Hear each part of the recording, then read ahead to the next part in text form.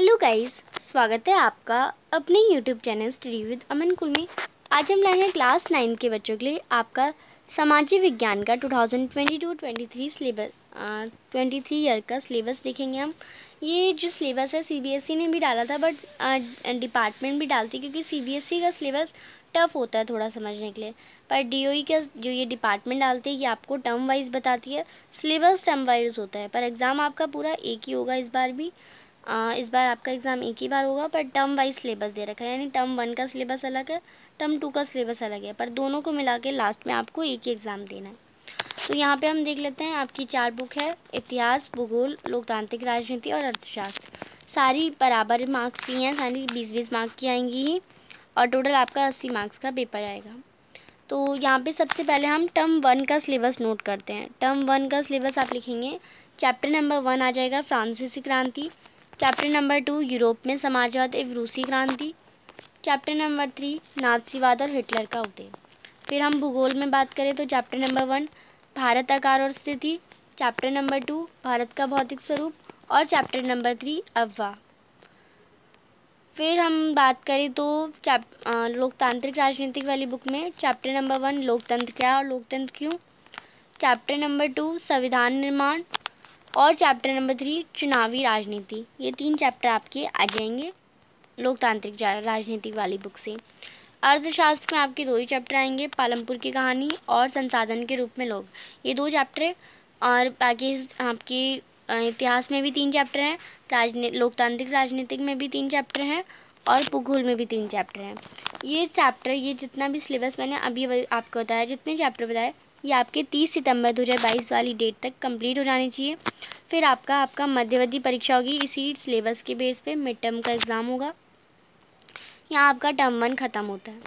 फिर टर्म 2 आता है आपका, जिसमें टर्म 2 का सिलेबस अब आप लिखिए। टर्म 2 का सिलेबस है चैप्टर नंबर 4 इतिहास का वन्य समाज और उपनिवेशवाद, चैप्टर नंबर 5 आधुनिक विश्व में चरवाहे, भूगोल का चैप्टर नंबर 4 जलवायु, भूगोल का चैप्टर नंबर 5 ही प्राकृतिक वनस्पति तथा वन्य प्राणी, चैप्टर नंबर 6 जनसंख्या, लोकतांत्रिक राजनीतिक का चैप्टर नंबर 4 संस्थाओं का कामकाज, लोकतांत्रिक अधिकार चैप्टर नंबर 5, और आपका यहाँ पे हो जाएगा अर्थशास्त्र का चैप्टर नंबर 3 निर्धनता एक चुनौती, और आपका हो जाएगा चैप्टर नंबर 4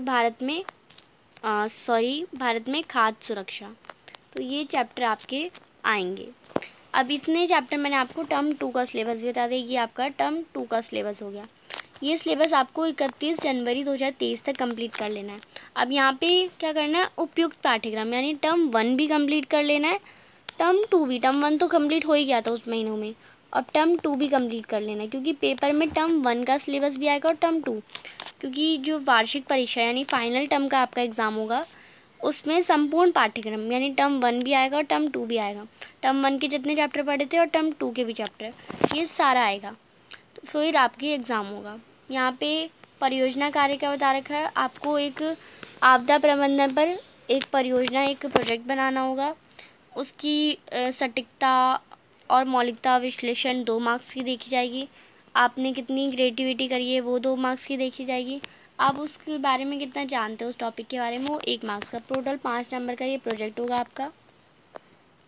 नेक्स्ट हम देखते हैं मानचित्र में, क्योंकि आपका एसएसटी है यानी मानचित्र तो आएगा ही। तो मानचित्र आपकी 2 बुक से आएगा, एक इतिहास और एक भूगोल। इतिहास में हम चैप्टर मार्क कर लेते हैं, आप टॉपिक्स पढ़ लीजिएगा कौन कौन से आएंगे, यानी ये मार्क करने आएगा।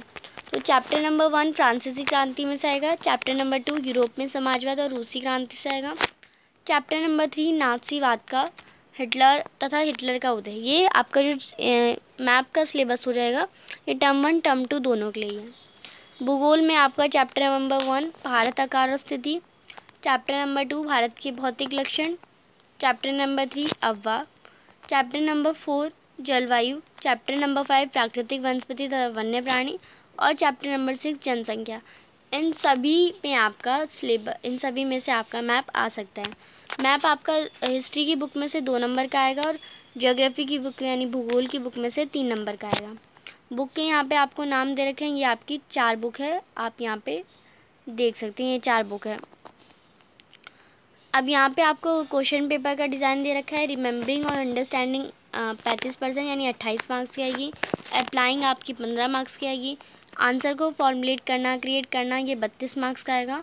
और मैप स्किल आपकी 5 मार्क्स की आएगी। टोटल आपका यहाँ पे 80 मार्क्स का पेपर आएगा। 20 मार्क्स इंटरनल असेसमेंट के लगेंगे। तो यहाँ पे आपका जो है सिलेबस कंप्लीट होता है। आई होप आपको अच्छे से समझ आ गया होगा। चैनल को अभी तक सब्सक्राइब नहीं किया तो प्लीज़ चैनल को सब्सक्राइब ज़रूर करें। ज़्यादा से ज़्यादा दोस्तों के साथ शेयर करें। वीडियो अच्छी लगी तो इसे लाइक करिए। Thanks for watching. Bye bye guys.